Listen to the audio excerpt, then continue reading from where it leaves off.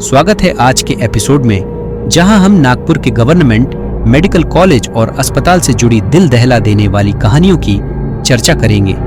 यह कॉलेज अजनी, दक्षिण नागपुर, महाराष्ट्र में स्थित है और 1947 में स्थापित हुआ था। यह नागपुर का सबसे बड़ा सरकारी अस्पताल है जो अपनी उत्कृष्ट चिकित्सा शिक्षा और सेवाओं के लिए प्रसिद्ध है। लेकिन इस कॉलेज के चारों ओर हत्या, बलात्कार और अन्य घिनौने अपराधों की खौफनाक कहानियों का भी घेरा है। हमारी कहानी 6 अगस्त 1929 की भयावह रात से शुरू होती है। जानहवी, एक मेहनती मेडिकल छात्रा, उस रात अस्पताल में अपनी ड्यूटी पर थी। उसकी शिफ्ट देर रात तक खिंच गई और जब वह फ्री हुई तो रात के करीब 3:30 बज रहे थे। अंधेरी और सुनसान गलियों में कोई ऑटो या रिक्शा नहीं मिला। निराश होकर जानहवी ने पैदल ही घर जाने का फैसला किया, यह सोचकर कि शायद रास्ते में कोई सवारी मिल जाए।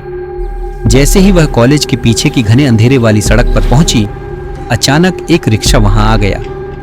राहत महसूस करते हुए वह तुरंत रिक्शे में बैठ गई, लेकिन चालक के हाव भाव और उसकी शराब की दुर्गंध ने जानहवी को बेचैन कर दिया। रात की घनी खामोशी में हर छोटी सी आवाज भयानक प्रतीत हो रही थी।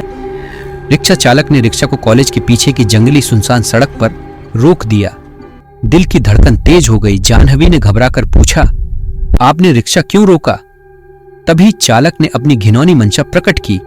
उसने जानहवी पर हमला कर दिया।